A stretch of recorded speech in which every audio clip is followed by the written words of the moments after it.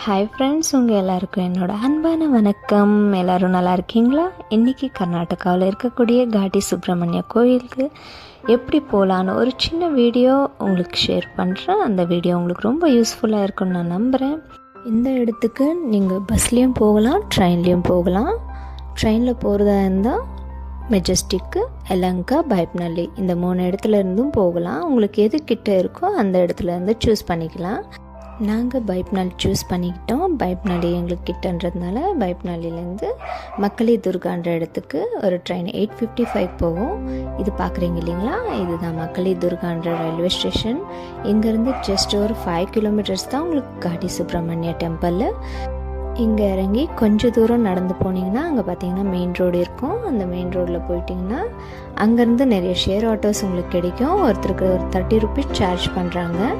அங்கேருந்து ஒரு 5 கிலோமீட்டர்ஸ் தான் நீங்கள் காட்டி சுப்பிரமணிய கோயிலுக்கு போயிடலாம். இங்கே பார்த்தீங்கன்னா தெரியும், நாங்கள் போயிட்டுருக்கிறது ரொம்ப அழகான, ரொம்ப அமைதியான இடங்க.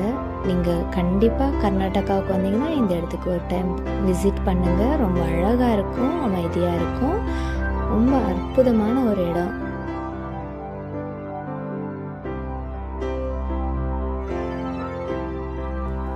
பாருங்க, கோயில்கிட்ட வந்தாச்சு.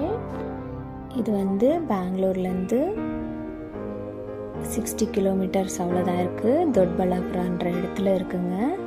நீங்கள் பார்த்தீங்கன்னா தெரியும், இது கோயில் போகிற இடம். நீங்கள் பஸ்ஸில் வந்தீங்கன்னா இதே இடத்துல தான் இறங்கணும்.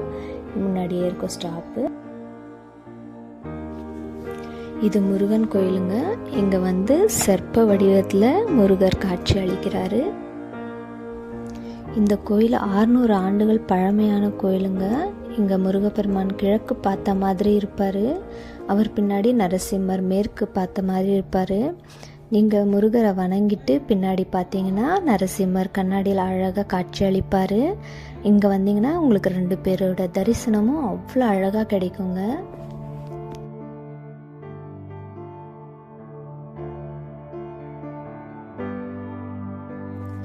இந்த கோயில் ரொம்ப விசேஷமான ஒரு கோயிலுங்க. முருகன் சர்ப்ப வடிவத்தில் உங்களுக்கு காட்சி அளிக்கிறதுனால இங்கே சர்ப்ப தோஷம் ஏதாவது இருந்துச்சுன்னா உங்களுக்கு நிவர்த்தி ஆகும். கல்யாணம் ஆகாதவங்களுக்கு கண்டிப்பாக கல்யாணம் நடக்கும்ன்ற நம்பிக்கை இங்கே இருக்குது. இங்கே பார்த்தீங்கன்னா தெரியும், அவ்வளோ அழகாக இருக்குங்க. இங்கே உள்ளானா கேமரா அளவு இல்லைங்க. ஸோ அதனால் நான் என்னால் எடுக்க முடியல. நீங்கள் பாருங்கள், நீங்கள் கண்டிப்பாக பாருங்கள் இங்கே எவ்வளோ அழகாக இருக்குன்ட்டு.